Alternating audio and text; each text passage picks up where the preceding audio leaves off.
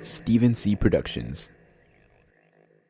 This was before COVID, right? Yes. Oh, so we went in 2019, Stephen. Oh, man. November 2019. November 2019. Wow. Okay. Wow. Yes. They almost didn't let you back. Yeah, I'm glad too. I mean, I wouldn't have mind, but it's like I wasn't about to be homeless in Japan. You are listening to Talking from Experience.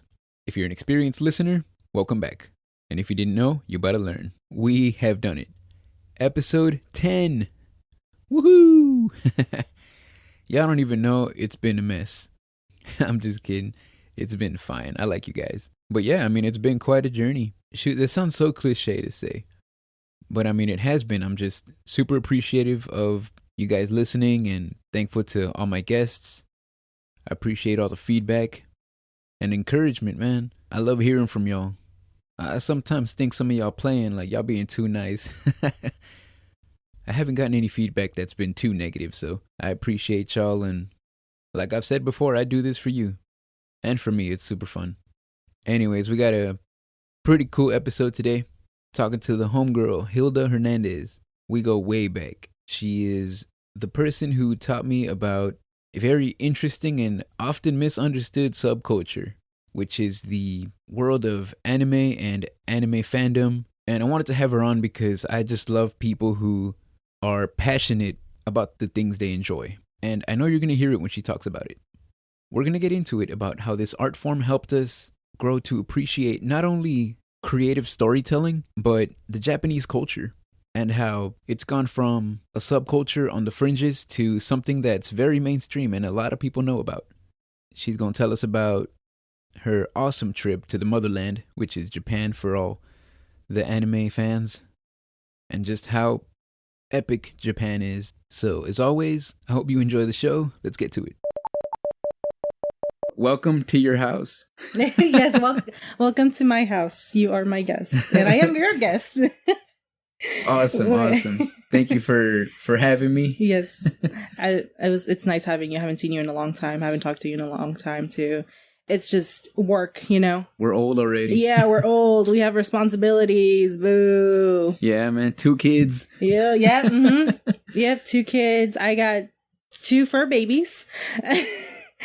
People say like, oh, it's not the same, from having, kids. I'm just like, it's not. But they do come with the stress of having kids. They wake you up in the middle of the night. They want food constantly. Like, you have to work to give them food. You have to take them to the hospital. And it's not cheap. Damn. Like, it's not. Like, I was just like, how much did I spend? And it's just because I want the best for them. So, I didn't know that they can actually get leukemia. So I was like, oh, okay. And they're like, do you want a shot for that? I was like, yeah, I do. It's just like, I just want the best for them, I want to say like she loves me so much, the mom, Yume. She loves me so much because I feel like she's not struggling anymore. She has it good here. Yeah. Just like she was from the streets and like now you're here and now you have it good. You got AC, you got people to take care of you. Yeah, that food bowl is always full. Yeah, that food bowl is always full. Mm-hmm, you always getting clean water. But yeah, work too. It's just I miss hanging out with my friends. I miss having game nights. Ugh, I love my game nights. Yeah. Just like connecting with people and just like I don't want to say some people do get competitive, but we do. But I mean, I'm not gonna get to the point where like I hate you. Get out of my house. It's all in good fun. Right. Yeah, I mean, that's what makes it fun, is sometimes you get a little competitive and everybody starts getting a little loud. Mm-hmm. I mean, those are the best. That's the fun of it. Can you imagine a game night where nobody cared for winning? It's like, oh okay. Right? Oh, you're ahead. Oh. That's okay. Overly polite game nights. We gotta have that. We gotta have a what is it? Like noise meters. Do like what is it? What is that show? Silent Library. Silent Library. Oh my gosh, yes. That would be fun. That would be amazing. I remember Silent Library. That was a good show. I've known you for, dude, how long has it been? What years did our middle school have? 5th, 6th? No, 6, 7, 8. 6, 7, 8. Okay, yeah. So I wasn't there for 6th grade because my elementary school actually, they provided 6th grade. So I was only there for fifth, and oh my gosh, I can't count. Well, yeah, they provided that year. So I was only 2 years in middle school. So 7th grade, in 7th grade. Okay, yeah, and then when you were 7th grade, like you were already like super into anime. Yeah. Like I remember like I think we had like homeroom together. That's when we met. Yes. And I think I sat next to you and I was like super intrigued. I was like, what are these spiky hair people drawings? It was like, what is this? And then I remember I asked, I was like, can I look through your thing? And you had drawn so many. Yeah. And like you had a full binder of pages. And I was like, you're really good at drawing, but like, what is this art style? Like, I didn't know. Like, I was like, the only thing I knew was like, this kind of looks like Yu-Gi-Oh! And Dragon Ball Z. Which is like really popular. It was like, anytime people think about anime, that's what, that's what comes to mind. Dragon Ball, Yu-Gi-Oh!, Sailor Moon, things like that. Dragon Ball, Yu-Gi-Oh!, and Pokemon. Yep, definitely. So then I was like, okay, so there's so much to this. And then I started meeting all the people that it's not just you. Yeah.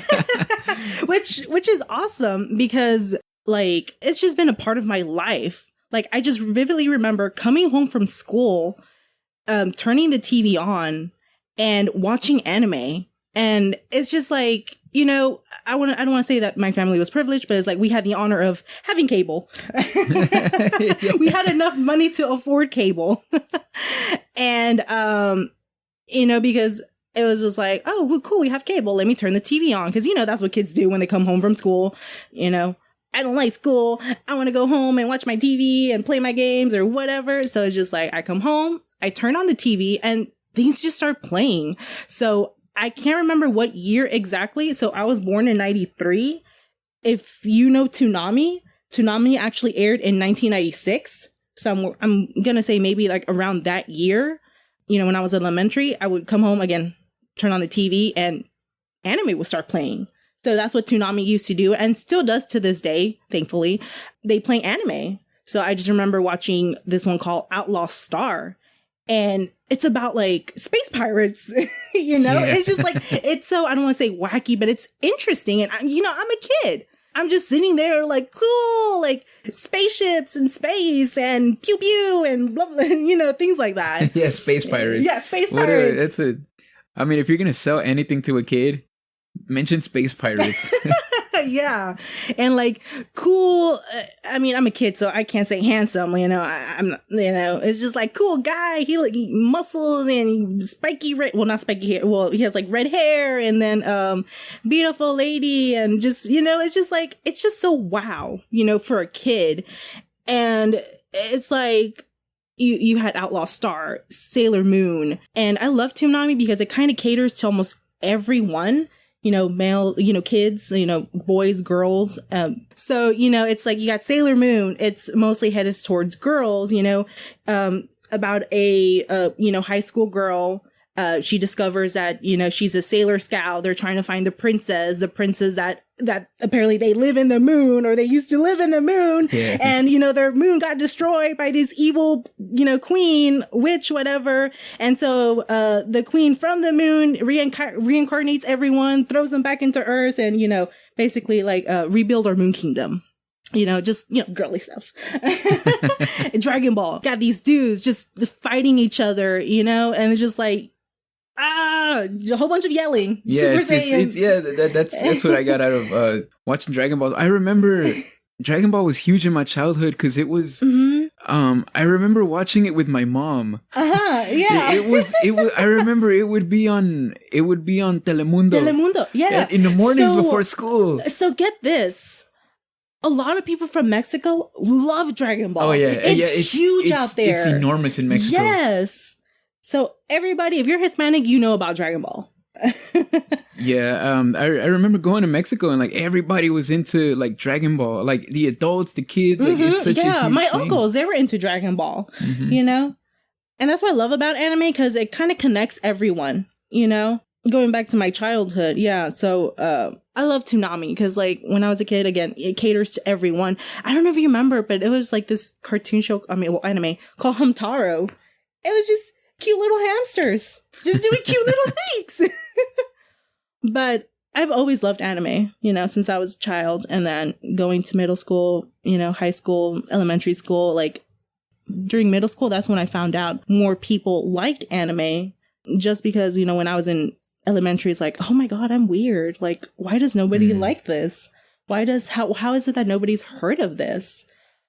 But I'm just so glad now. Like, it's so mainstream now. Yeah. Anime, it's just so mainstream. Like, before, what I can think is my only source of anime was just, TV.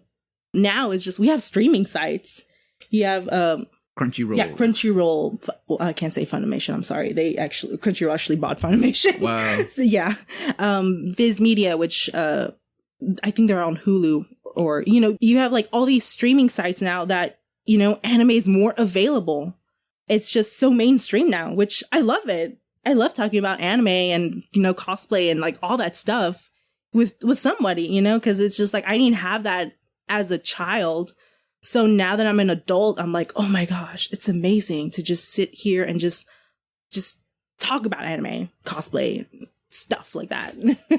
Yeah, I remember I wasn't really into anime. Like, there was the ones that were already mainstream, and I knew about those. But I remember watching, I think, when I finally did get cable, which probably was funny, I was like in the 7th grade. So like around the time we met, we were finally able to afford cable at my house. But I remember seeing like Death Note. Yes. On Adult Swim. Yeah. And Adult Swim. Yeah. That's where they have anime now too. I remember kind of like feeling weird about it. Yeah. Like, first because it was on Adult Swim. So I was like, wait, so it's not for kids? No. Like, yeah. Like, it's cartoons, but it's not for kids.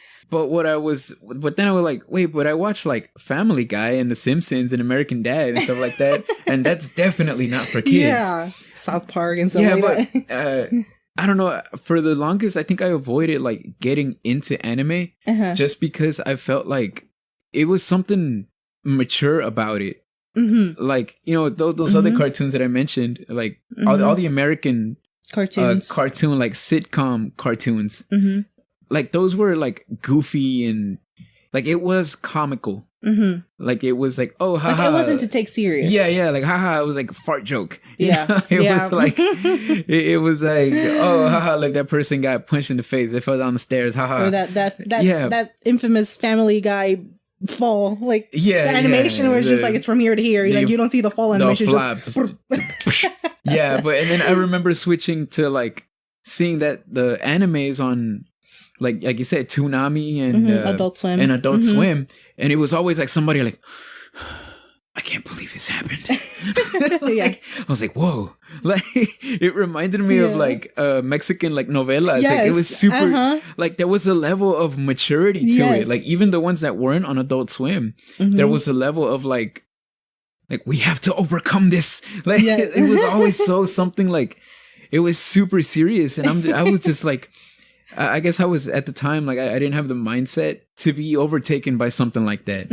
I was still looking for like, show me something funny, like, show me something goofy. Like, I guess I wasn't, what's funny is, like, as a kid, I wasn't mature enough yet for anime.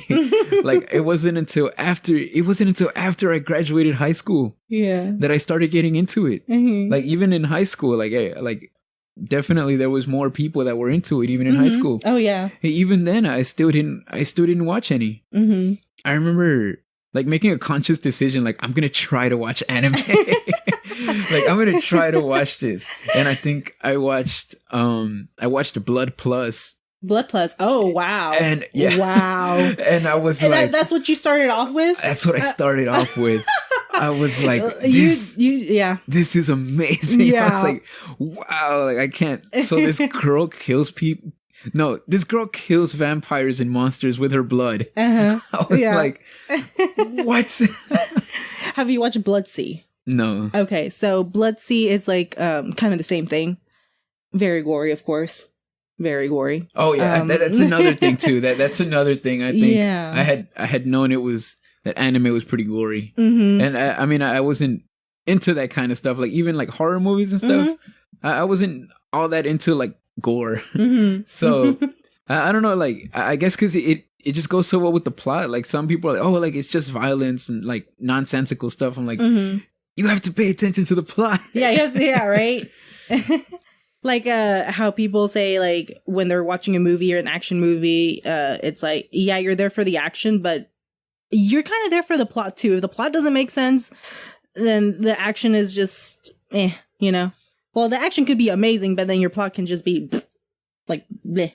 Yeah. You know, when you were saying anime is not for kids, I don't know if you remember, but the GameStop that we have nearby here, they used to have anime DVDs a long time ago. I don't remember. long time ago. Yeah. They stopped doing it, I guess, because either they sold out all the anime or they weren't making enough money or whatever. But we got some anime DVDs from there, and there was this production called ADV. They no longer exist, but their intro was always I can't remember how, but it was so, you know, this is anime and, you know, blah, blah, blah, blah. It's action, drama, blah, blah, blah. And then the last bit of it was like anime, it's not for kids. I was like, but clearly, yeah, it's not for kids. Yes, there are some anime that are for kids, but yeah, not anime is for kids. So do be careful when you are watching anime. Oh, yeah. Do watch the the ratings. The ratings for it, yeah, before you start showing it to your kids or to yourself too, because some of these things can get really I don't want to say weird. They're very explicit. They're very. It's just okay. Maybe it starts getting weird. You know. Yeah, I think that's the word I would use. Some of it is weird. Some anime is weird. Like the first time I watched Attack on Titan. Oh yeah. It's like that first episode. This kid, right? He's chilling with his mom. Yeah, chilling with his family, having a nice day. Gets eaten by a giant. Yeah. Right. Just munch. Just gonch. Yep. And this pandemonium and chaos. Everybody's getting stepped on. Yeah. Like this poor kid is like traumatized. Yes, he's traumatized. And it's like, I'm so glad I actually got back into it, because at first it was a hype. So I'm just glad I got back into Attack on Titans, because now it's like all these questions are being answered. And it's such a cool series. Like, I actually love it. And I'm going to keep saying it. I'm so glad that I went back to it. Because, yeah, there was all this action. And the animation was beautiful. It was just beautiful, too. They actually changed studios. So I think with these current seasons, Studio Mappa was in charge of it. So Studio Mappa, they do an awesome job with animation. So I'm so glad that they actually switched studios.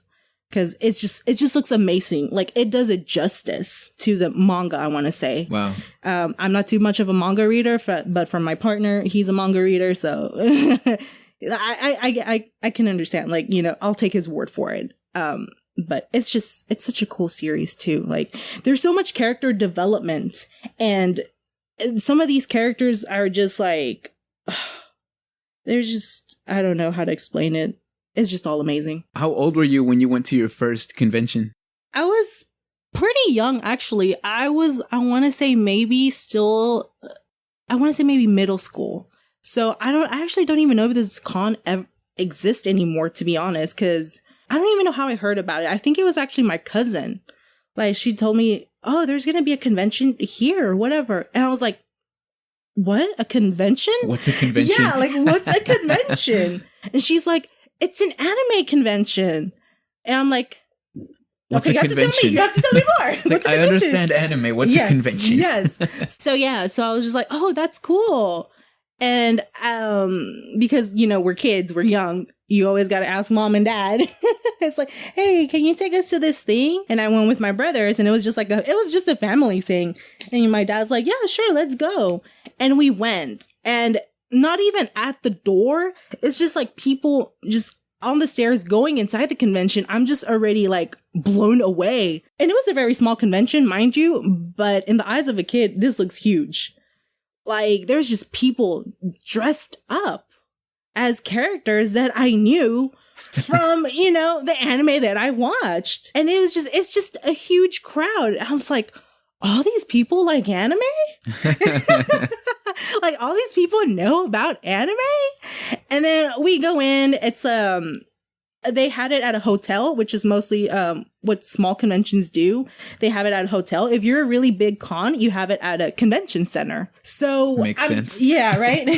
So I'm just there with my parents, with my siblings, just roaming around, looking around. Obviously, you have to buy badges. You're not going to go in for free. They got to make a profit. So we buy our badges, we go in, and I just, they have people who actually sell their art. They make artwork like how I do. Like, I draw anime characters, and that's what they do. They draw anime characters and they sell their artwork. And there's actually a specific area. It's called a dealer's room. So the dealer's room, they mostly sell, official products. So these products that they shipped from Japan and brought them here to sell it to us, people that don't have, the privilege of buying straight online. Yeah, like our mainstream stores don't carry these products. Yeah, basically. I mean, now they do. Yeah, now they do. Now they do. But I'm like, before it was all import from Japan. Yep.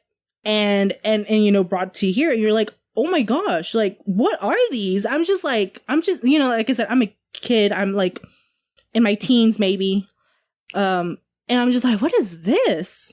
And I'm just so blown away, Once I started discovering about conventions, I started discovering about cosplay. And then it's just such a shocker. You're like, oh, you mean I can dress up as a character that I like from an anime? And from there, I just, I started looking up conventions, in the Houston area, or just conventions in general, Once you start learning about them, you're like, oh, they not only have them here, they have them all around the world. The biggest convention in the US is in California. They have one in New York as well. So I was just like, I was so intrigued as a child. Like, I want to do this. Like, this is my hobby. Like, this is my thing. Like, I love it. And I love it when I go to conventions and I can connect with people that love the same thing I do. They may not like the same show or whatever, but it's like, the theme of it is just like, they like anime. I like anime. So yeah, like, since then I just started, dressing up, going to conventions, meeting people, meeting all sorts of people, meeting people that they're not even from here. Yeah. They're like, I made a few friends, and they're like, oh, you can hit me up sometime. Here's my number. Here's my Facebook, follow me on so-and-so or whatever. And I'm like, oh, okay, awesome. And then I start searching their stuff up and we're like, oh, they're not even in Houston, which is like kind of what I wanted when I went to conventions. Like, I wanted to make friends, but like in the Houston area, I mean, there's nothing wrong with, making a friend and they're from like LA or, whatever part of the country or whatever, or world. Yeah. But I wanted friends, that lived here so that, I can hang out with them. We can connect together. Yeah. What was your first cosplay? That is very hard. You've done so many. I don't want to say I've done like a million of them, but I've done so many to where it's just like I can't keep track anymore. I want to say Misa Mane from Death Note. Because like you were saying, like in middle school, that was the hype. So Death Note was the hype at that time. So I dressed up as Misa. And the thing about cosplay is I want to really focus on this and talk about this right now. So cosplay, a lot of people think, oh, I have to make my own outfit and I'll be considered a cosplayer. And that's not true.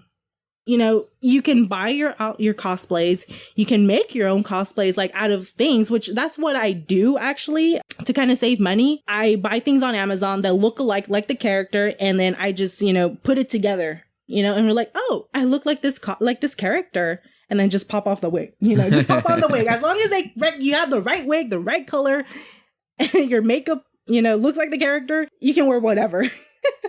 Most of the time, the wig is the one. Most of the time, it's the wig that does it. And that's how people will recognize you. Look, it's that hair. It's the hair. So I want to say maybe I was like around 15, 16 years old when I cosplayed her. Probably younger, I want to say. And at that time, that's when I discovered Hot Topic. So that was basically Misa. Like anything you can get from Hot Topic, you can cosplay as Misa. Right. Just your black skirt, black tights, just black everything, you know? And you don't even need to have a wig, because I didn't have a wig at that time. I was, like I said, still new into cosplay. So I just left my hair how it was regularly. I would straighten it, and then I just do like the little Misa not the pigtails, but like the little Misa, I don't know what they're called, pigtails or whatever. That's it. And then just whatever outfit that looked like hers. And then at that time, I think Hot Topic, they actually had her necklace, I guess, which was like her signature in a way.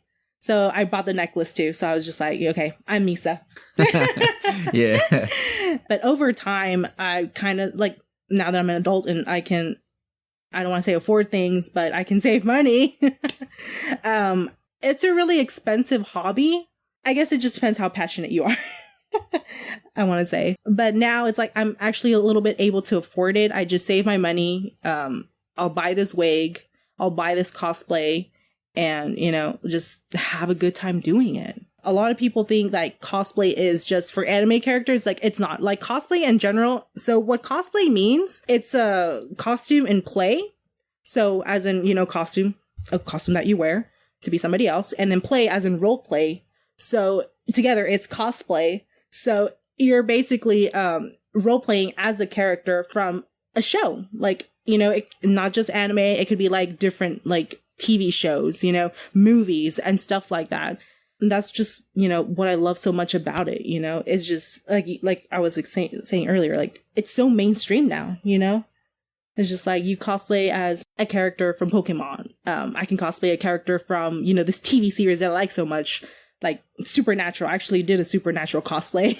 Yeah. I think I dressed up as Castiel. I did like a female version. I mean, you may not think a lot of people recognize you or not, but they will. You know, somebody eventually will recognize your cosplay. Yeah. You know, because the thing about it that I love so much too is there's so much talented people out there.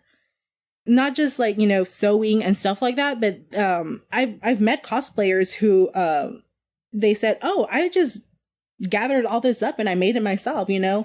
It's like something that I had, you know, an old jacket that I had or whatever, and I made it my own. People go to conventions, you know, to present their OC characters, like their original characters too. It's so awesome. It's just like, this is so cool. Like, this would fit so cool in an anime or a video game and stuff like that. And like, oh, thank you. So it's just like, you can just be yourself, you know, when you're at a convention. Well, I want to say be yourself, but I can also be somebody else while I'm being myself. Because that's what I love, you know. I can dress up as a character. I can act like them or whatever at a convention, you know. It gives me a chance to be someone that I'm not in a way, but in a good way, you know. Because you're like, you love this character so much, and you're like, this character's so badass, they're so cool, they're like the complete opposite of me. I want to be like that. Yeah. You know, it's like you dress up like your character, and some people get so into it where it's just like this whole, like, it's like you're seeing this character like IRL.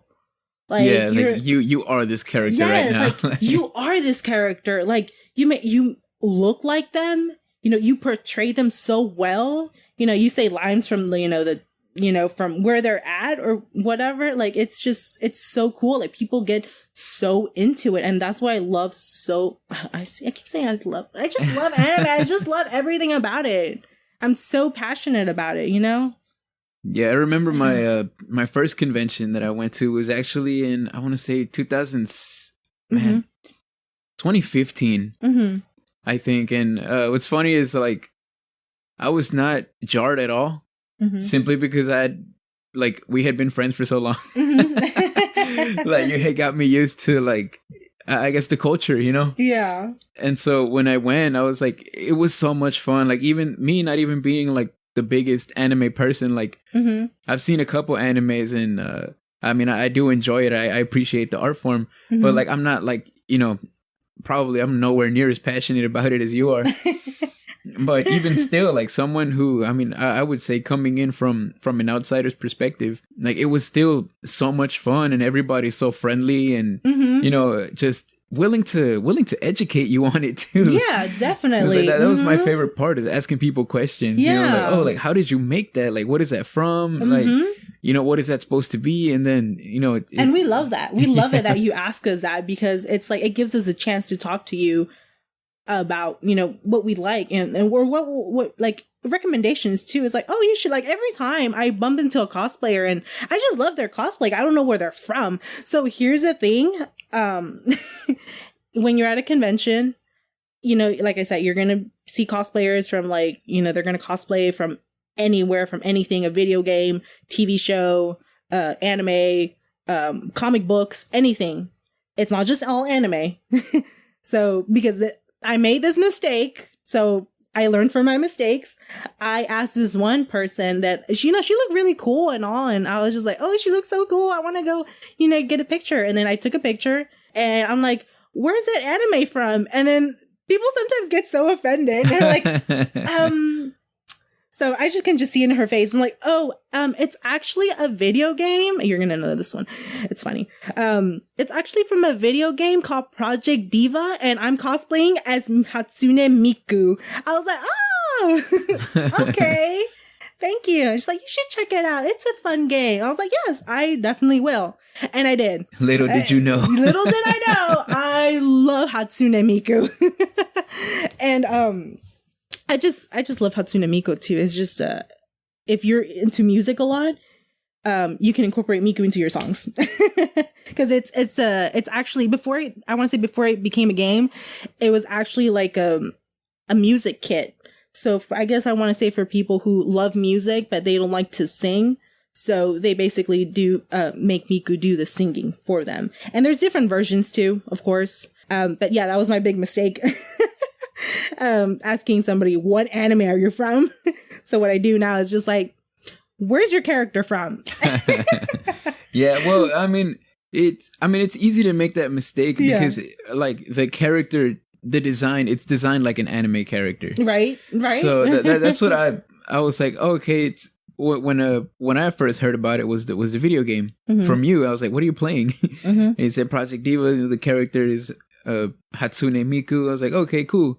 And I was like, oh, like it's an anime video game. And then like come to find out, like I asked more and more questions, and it turns out like I was like, wait a minute, so this isn't a TV show.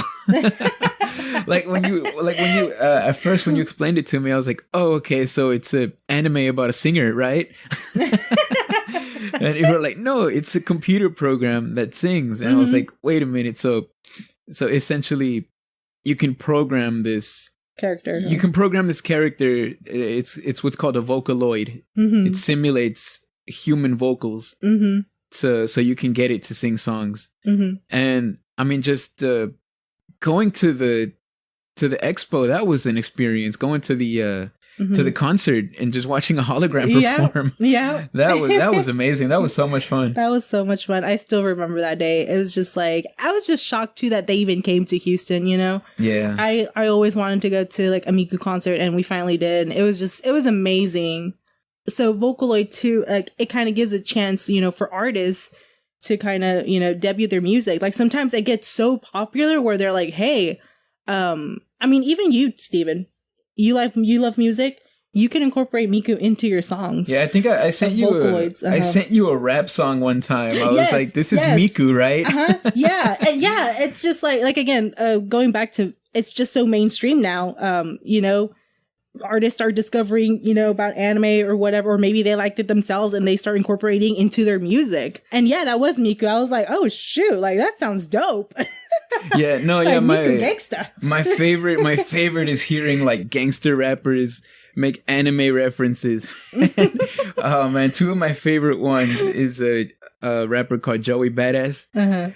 He's like, he goes, got Dragon Balls like my name was Vegeta. And then there's another one. I don't know what rapper this is, but it was this guy I knew. He was like super like into like the thug lifestyle, and he was like playing like his hardcore like rap music on his phone. I hear the bar. I woke up with a beat that looked like Sailor Moon. I was like, wow, man, anime runs deep. It does. Yeah.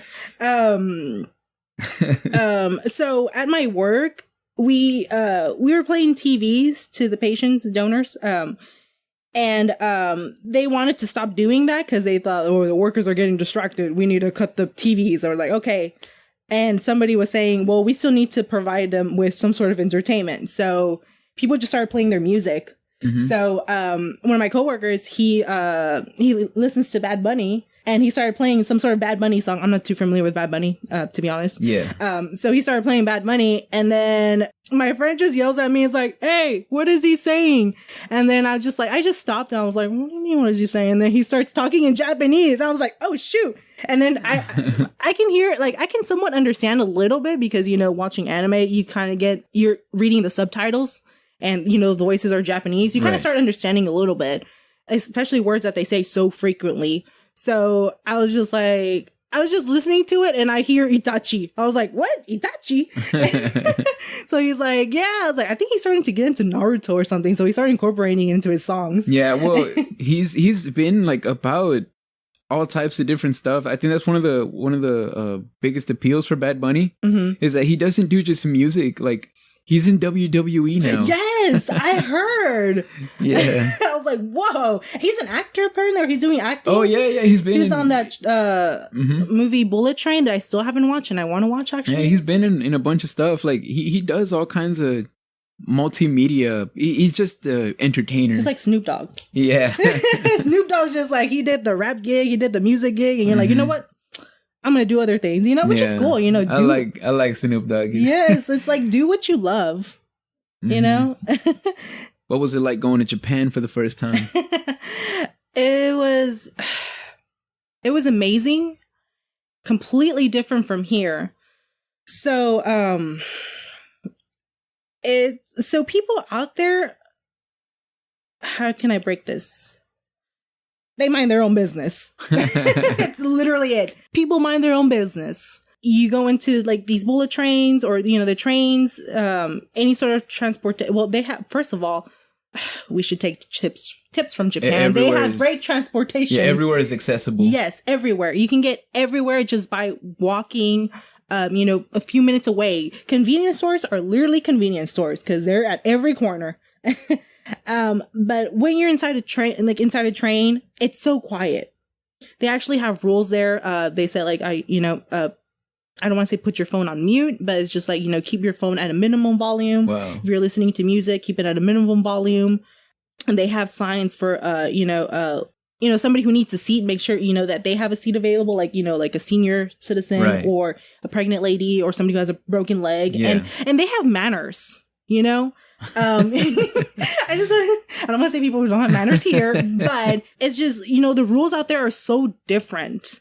It's just, you know, littering out there is a serious no. I know we have that saying in Texas, don't mess with Texas, you know, because we have like the whole litter rule out there. I feel like it's probably a little bit more serious than here. Like, you will pay thousands of dollars if you get caught littering. Wow. Yeah. We need that here, man. I get so mad. Yes. I get so mad. Like, even like our neighborhood where we live is not the richest neighborhood, but you know, when it's clean, right? It looks so nice. It doesn't look old. It's vintage. It's a vintage neighborhood. If you people just pick up your freaking beer cans. Right? Yes. So a funny thing about there, now that you mentioned beer, it's actually legal for you to drink in public. Oh, wow. Yeah. So I can literally be sitting down on a bench in the park, drinking some sake, drinking, you know, my Smirnoff, a beer or whatever. I feel like that's kind of like a little, in my opinion, it's like a little, here's a little prize for, you know, doing this, you know, for all their other rules that they have. Yeah, I mean, that makes sense. Like, if you have all those rules, if you follow the rules, you know, you can have a drink. Yeah. And during COVID, I know a lot of people did not like wearing their masks, or like, I don't like this mask, blah, blah, blah, blah, blah. In Japan, it's actually considered a common courtesy. If you are sick, and this is nothing new to them. So, you know, the pandemic, I don't want to say it was nothing for them. It's just like they knew what to do. Because in Japan, if you are sick, you are expected to wear a mask. I actually unfortunately, I got sick when I was over there. Oh, no. I think it was my allergies because the air is different out there. And this was around November where we went, which is like, fall. And that's, Wow, okay. all that pollen and stuff like that, seasons changing. I mean, I still had a fun time doing it. Trust me. It's just like, I just had like little snuffles, my nose was just constantly running. My eyes were tearing up. Yeah. I was coughing. Like a very dry cough, not like a COVID cough, but it was just like, like your allergy cough. Yeah, I mean, and this was before COVID, right? Yes. Oh, so we went in 2019, Steven. Oh, man, November 2019. November 2019. Wow, okay. Wow. Yes. They almost didn't let you back. Yeah, I'm glad too. I mean, I wouldn't have mind, but it's like I wasn't about to be homeless in Japan. But yeah, we got really lucky. And when we came back here and then COVID started happening, I was getting very skeptical. I'm like, I was telling my partners, like, do you think I got COVID while I was over there? Because I know like a lot of they're like when they were doing the news were like, oh, it probably could have happened around this time, And I was just like, that was the time we were in Japan. I was getting so skeptical. I was just like, oh my gosh, did I have it? I didn't have it because when I actually did have it, it was terrible. Oh man, yeah. It's like a different feel. Like if it hits again, I know that I have it without even taking a test. It's just, it's terrible. It's something that you've never, ever felt before. Luckily for me, I know, okay, I have to wear a mask here because if not, I mean, first of all, in general, just to me, in general, it's just like, don't be coughing around in a different, in all sorts of places and get somebody sick, which is understandable. Right. That's a common courtesy for them. There, during COVID too, a lot of people were posting like memes from like different anime. And there was this one meme where just like, hey, remember that time Sailor Mars was sick? And so she wore a mask so she doesn't get her, her friend sick. And it's funny because she was in her sailor outfit and she was sick and she was still wearing a mask. Yeah. But going back to my Japan trip, it's very beautiful out there. Just because again, they keep it very clean. So our first destination was Hiroshima.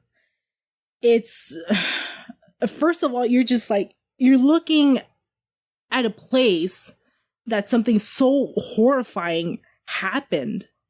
And it's just, it's rebuilt. Wow. It's beautiful. It's so peaceful.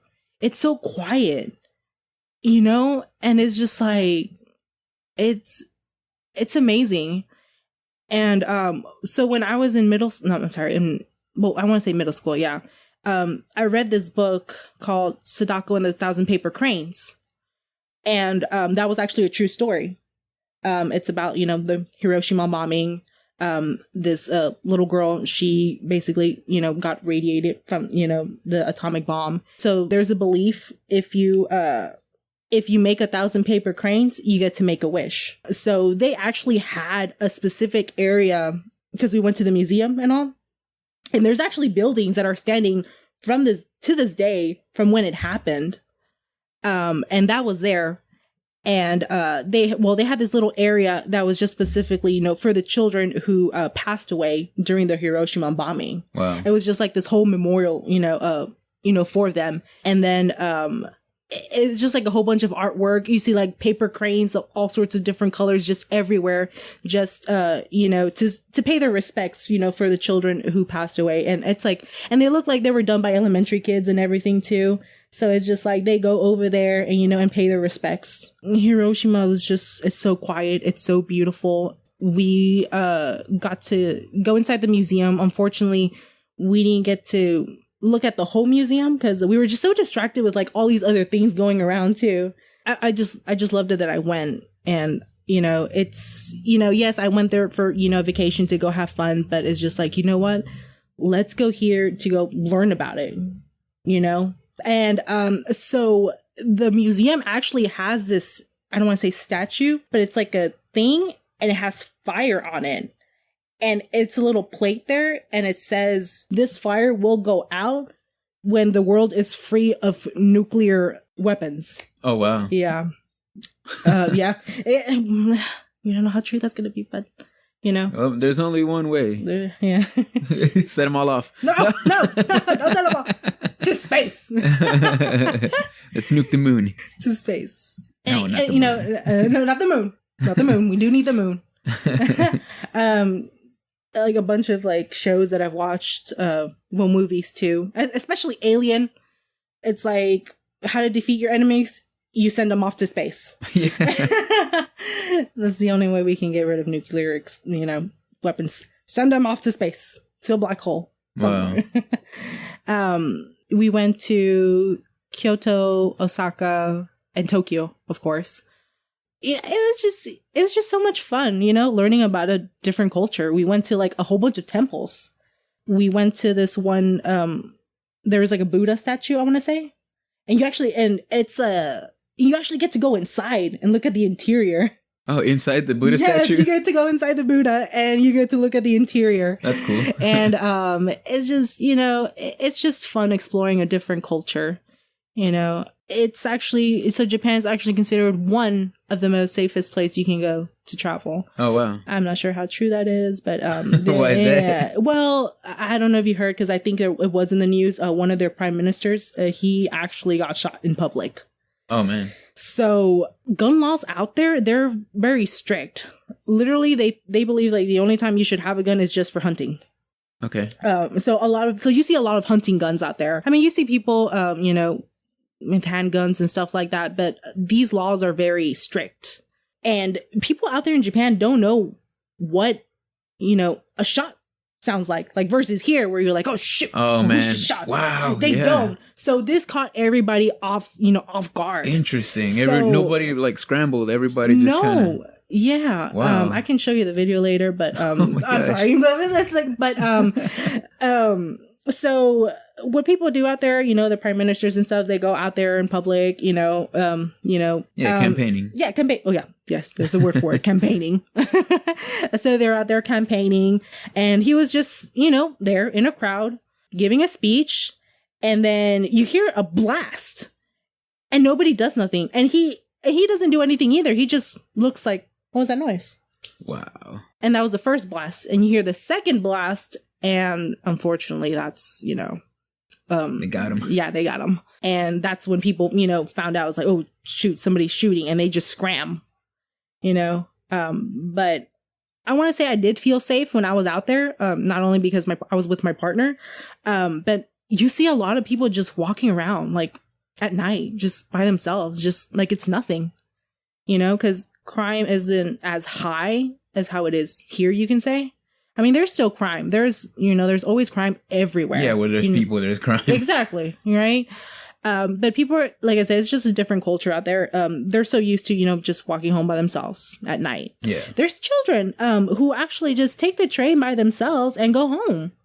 And there's actually a show on Netflix. I want to say it's called Old Enough, but, it's about, these parents, they send their kids out to run errands, and it's like a different parent every time. And then they give this child money, and I mean, they obviously, get them like a cell phone or something if they get in trouble or whatever. And it's just like, here's the money. Here's a list of things I want you to get at the grocery store.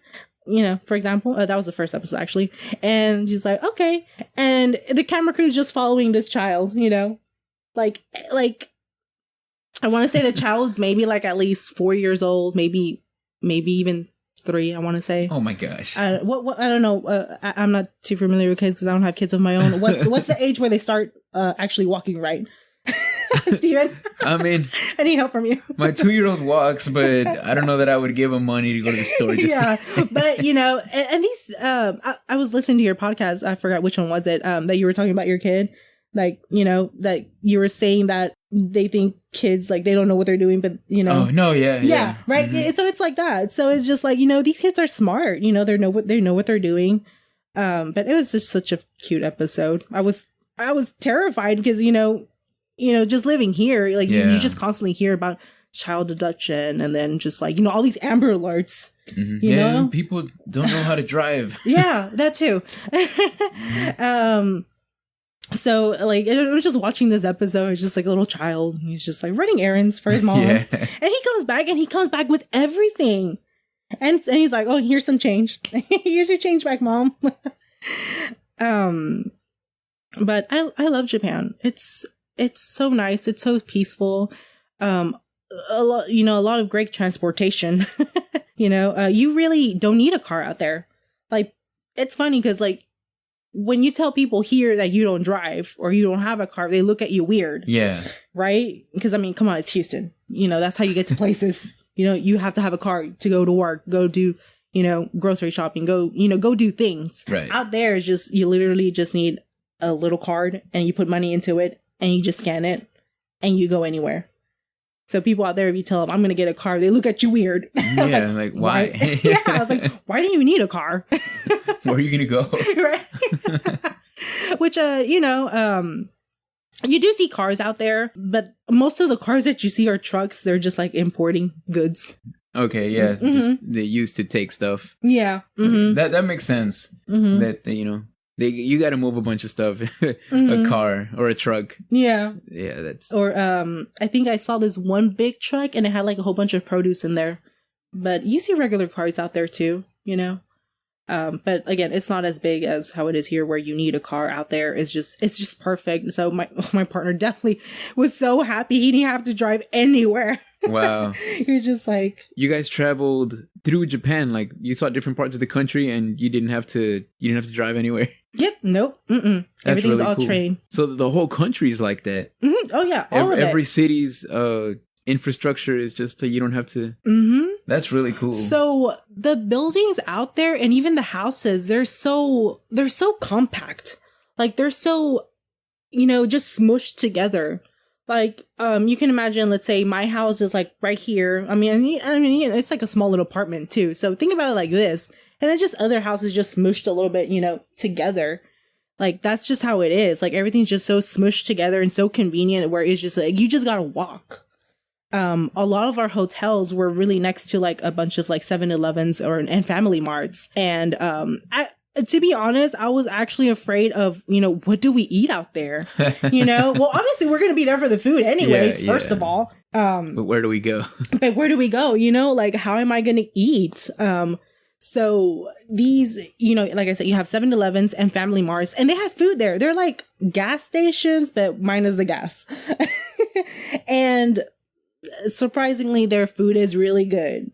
I know here, do not trust gas station food. Do not trust gas station anything. Except for Stripes. Laredo's Tacos is really good. Oh, yeah, except for that. Oh, yeah. I love their tacos there. They're actually good. It's just like, they make meals. So they have, sandwiches. There's a thing called katsu sandwiches. It's basically like their version of somewhat fried chicken. And it's just like into a sandwich with some lettuce and like a little sort of sauce. And it's so good. And you can get them there at the convenience store. And then they have like these little bowls of ramen that has everything in it, It has it has like all these sorts of like herbs and even your like hard boiled egg. Yeah. Your bean sprouts. And yes, everything. All of that just in one little bowl. And maybe something like that costs like $2-3. So I was so surprised about how cheap some of these things were. Yeah. I was just like, holy crap. I was like, you mean I can have this for just $2? Wow. That sounds awesome. It's really awesome. I had lunch for me, the wife, and the kid. Exactly. Yeah. Earlier today for like $25. Right? Wow. You're telling me that I can get lunch for everybody and have leftovers for $10. The low price of $20.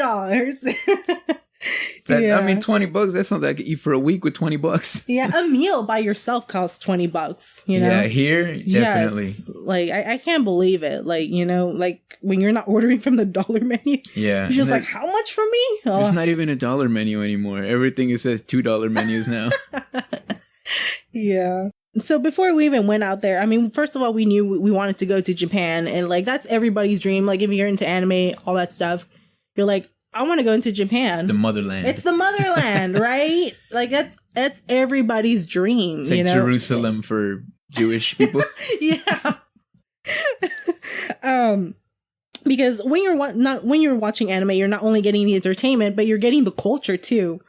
So the thing is, when we were kids, because America was like, well, we got to relate it to our American audience. I'm going to give this example that everybody knows of. So remember Brock from Pokemon? Right. How he was saying, I have jelly donuts. And you start learning, that's not a jelly donut. That's an onigiri. That's a rice ball. Wow. And I mean, now that I'm an adult, I'm like, why can't you say rice ball? But they're like, well, we gotta kind of relate it to our American audience. Wow. So when they translate it and they dub it, they switch it up. Yeah, they switch it up, So of course, once you start getting older, start exploring more anime, you start exploring the culture and you're like thinking, what is that? And you're like, if you're familiar with Studio Ghibli, Hayao Miyazaki's movies, he just makes some really good, delicious looking food. Yeah, the animation of the food. Yes. And then it's just like, did you really have to make it look so good? Like, did you really have to make that, like when they pick it up, pick up the food, the chopsticks, they make it look so good. That animation is just like, you not only put so much money on making your anime look good, but you put a lot of money to make this food look good. Yeah. So, you start exploring too. You're like, what is this? I want to know what this is, and I want to eat it for reals. So, of course, going to Japan, we already knew like these types of food that we watched in anime, that we even searched too. Like, it just didn't have to be on anime. It's just like, you're like, what else there is to eat out there that we can eat? We went to this one place. It was called it's like octopus balls. Okay. And apparently there was a museum for it. And I was just like, wow. and he just found out about it too. So first of all, going there, we did have an itinerary, but we didn't realize how much time we also had where we're like, oh shoot, we finished doing all the stuff we want. Let's go do some extra stuff. So he looked it up and he's like, oh, there's this thing. Oh, takoyaki. There you go. That's what it's called. It's called takoyaki. He's like, there's a takoyaki museum. And he knows how much I love takoyaki. So we're like, let's go. And all it really was is just a food stand. It was just like a food court. And they were selling all sorts of different takoyaki. Wow. And there was like a really small arcade. They call it a museum. Yeah. I was like, I wasn't disappointed, but I was just like, I thought we were going to learn like the history. Yes. I want to learn the history of takoyaki, But it was just like a small food court with a really mini small arcade just like smushed in there. Wow. But it was fun. I loved it. Because it's just like takoyaki everything. And it's just like a little octopus everything. I was just like, that's so cute. I love it. And so we went to one of them. And it was actually...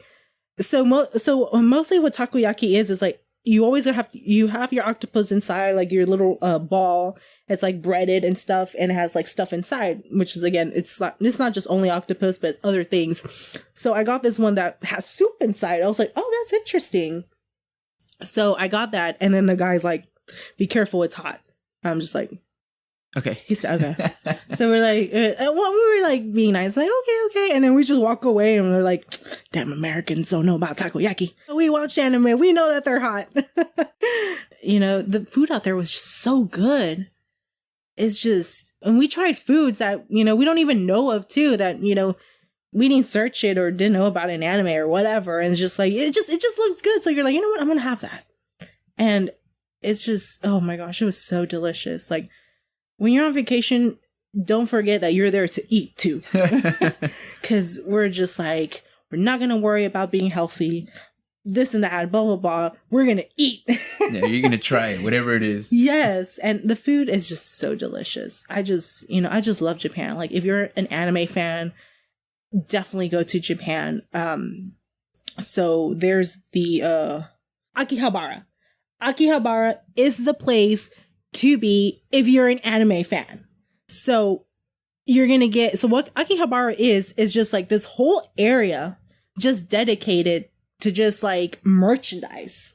There's arcades, there's shops, there's food, obviously. There's just like anything anime related that you want, it's gonna be in Akihabara. I believe they call it I don't want to say Techno Town, but that's where you get your technology too. Okay. So it's not just anime, but you get like tech stuff. Like they get cameras, cables that you're missing for like a PS5 or something or whatever. Right. It's just like, it's the place to be. And we went to, and these, like, again, how I was saying, like, how Japan is so compact, is just so smushed together. Because it's so smushed together, there is floors of just, anime stuff.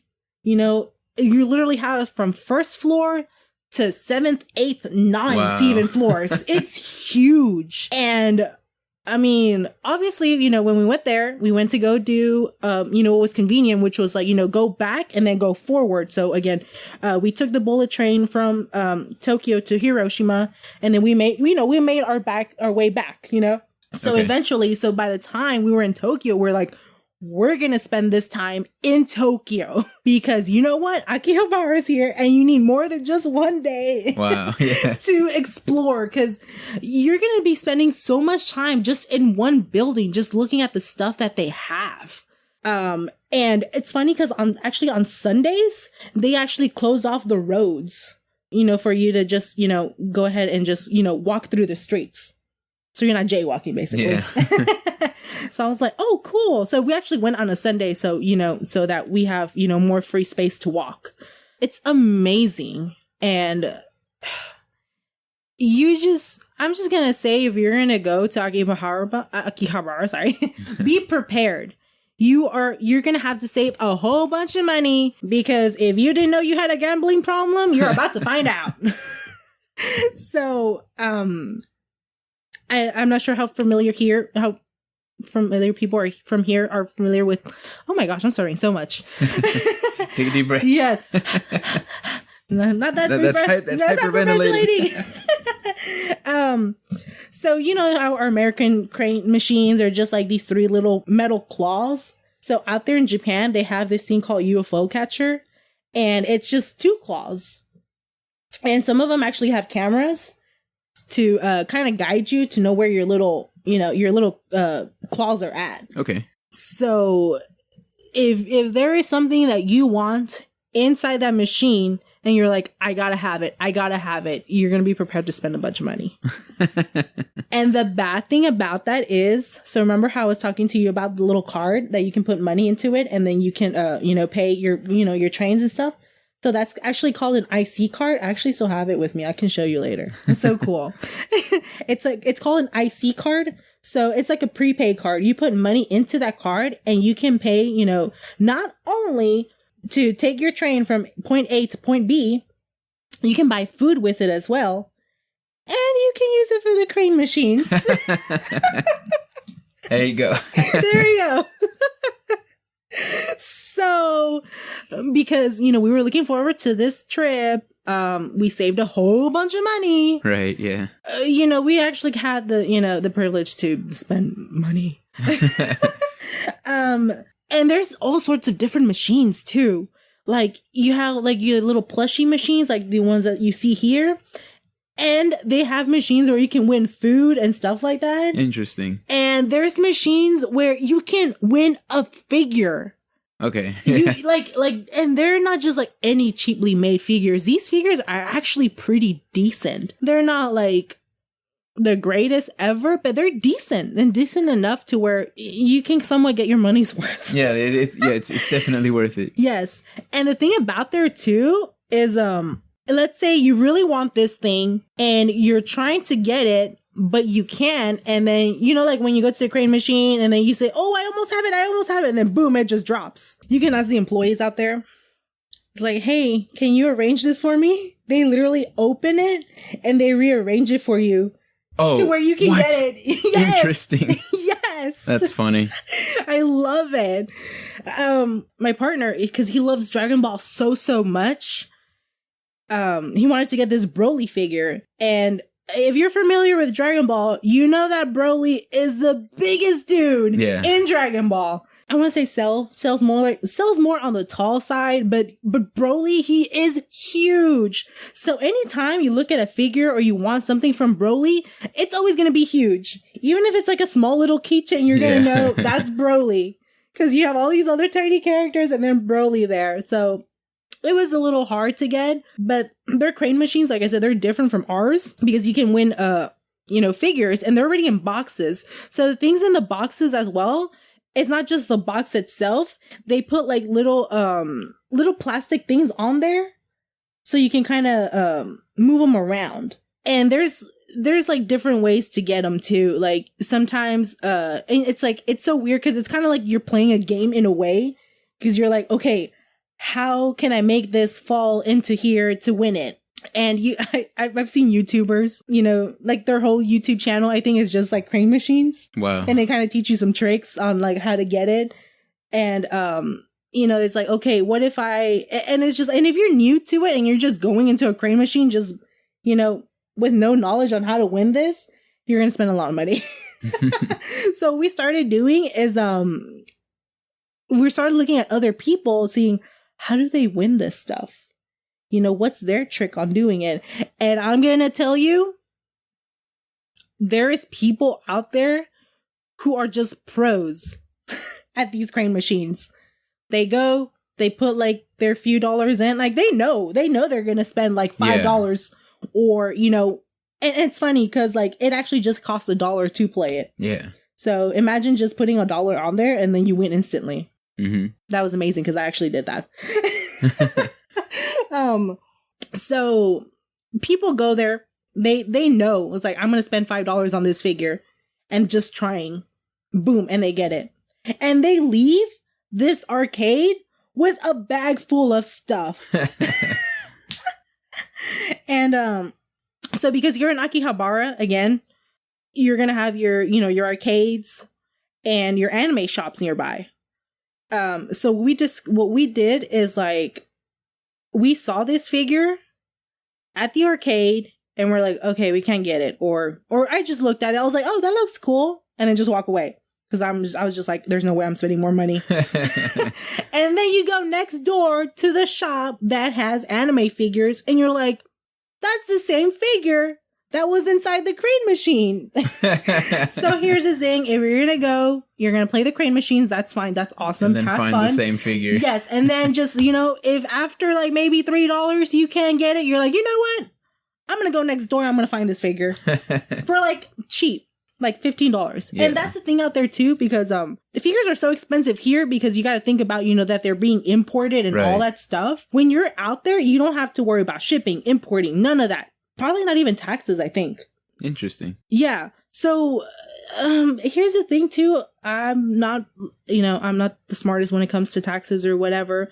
But I'm guessing because we were foreigners, some of them, because you have to show them your passport actually. Interesting. To buy some of these things. And sometimes they charge you taxes and then sometimes they don't. So if an item says that it's $15 straight, it's just going to be $15 straight. Like the prices that they have out there, that's exactly what the price is. And they use dollars? They don't. They use yen. But, whatever it says on there, it's like, like here, like I wish they just tell me what's the full price instead of like, oh, it's this. Plus this is taxes. I was like, no, just tell me what it is. $19.95. Yeah, it's $19.95, not $19. But then it's like $19.95 plus tax, so it's actually like $25. Yeah. So sometimes they would charge us for taxes, sometimes they wouldn't. But minus that is like figures that we get here for $45, I can get over there for like $11. Wow. And they look amazing. And I know because I actually bought one for my cousin because we went around November, so we're like, Christmas is around the corner. Some of you guys that like anime, I'm going to give you guys, I'm going to start Christmas shopping right now. Yeah, oh, definitely. You get like 4 or 5 figures for the price of one. Right. So I got him like this really nice, it was actually a Vocaloid figure, which was, it's called I think, what was her name? Megumi? Yeah, it's Megumi. She has like long pink hair. She's like more like of the mature Vocaloid versus, Miku. Miku's more like I don't want to say like on the childish side. But this was like a more, mature Vocaloid, if you know what I mean. Yeah, not so much like cutesy. Yeah, they were very mature and wearing a bikini. So I'm just like, that is a perfect Christmas gift. And I got it for like only $11. And these are really well made figures. So versus if I would have bought it here, they probably would have charged me like $40, probably $50. But if you love anime, all that stuff, go to Japan, go to Akihabara, save your money, go have some fun out there. It's just amazing, and it's just, I love it. Like, again, how I'm telling you, like, people just mind their own business. Like, it's so quiet. Nobody's gonna bother you, and don't bother them. Yeah. And it's just so fun. We were just there for like, not even a day. Like, we had so much to explore.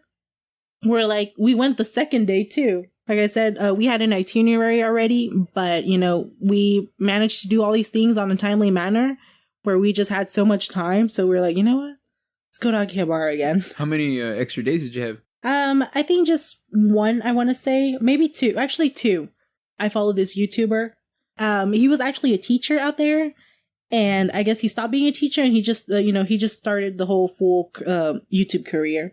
And we got a lot of tips from him and stuff, like your do's, your don'ts, stuff to check out. So we're like always watching him, like, to kind of give us ideas of like what to do next time on our trip. Since they are open now. Yeah. Japan is open. Japan is open. Yes, finally. Yeah, thank God everything's coming back to normal-ish. Yeah, right. Slowly but surely. I mean, COVID still exists, but, we got a way to fight it off, you can say. Yeah, we're doing pretty good. Thank you so much for doing this with me. No I problem. had a really good time. I always enjoy chilling and talking about anime with you. Thank you. I really do. I can talk about it all day, I just love it. Before we go, recommend me a new anime. Oh, Chainsaw Man, I want to say. That sounds awesome. Say less. It's Chainsaw Man, just Chainsaw Man, Chainsaw Man, say less. That's it. Jujutsu Kaisen. I love that. Jujutsu Kaisen. I could sit here and I can recommend you a whole bunch of stuff, but Jujutsu Kaisen, Chainsaw Man. Okay. I'm a big shonen fan too. I just love everything anime. Yeah, I'll start with Chainsaw Man. Yeah, it's new, so I mean, it's you can watch it on day, weekly.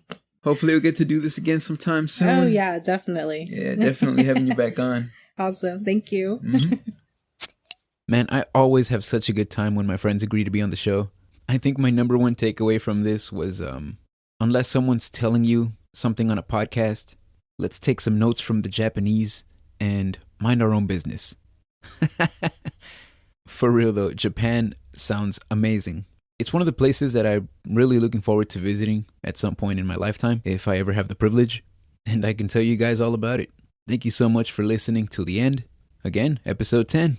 I'm still taking submissions for the theme song. Hit me up on Instagram, LinkedIn, send me an email. If you go to my website, there's a form on there you can contact me through there as well. Remember to hit that follow and leave a rating, maybe a review. That's probably the easiest way for you to help me get the word out about the show. And stay tuned, I have so much in the works for this podcast, and I can't wait to show you guys. So until then, I'll keep you guys updated, and we'll talk next time. Bye-bye.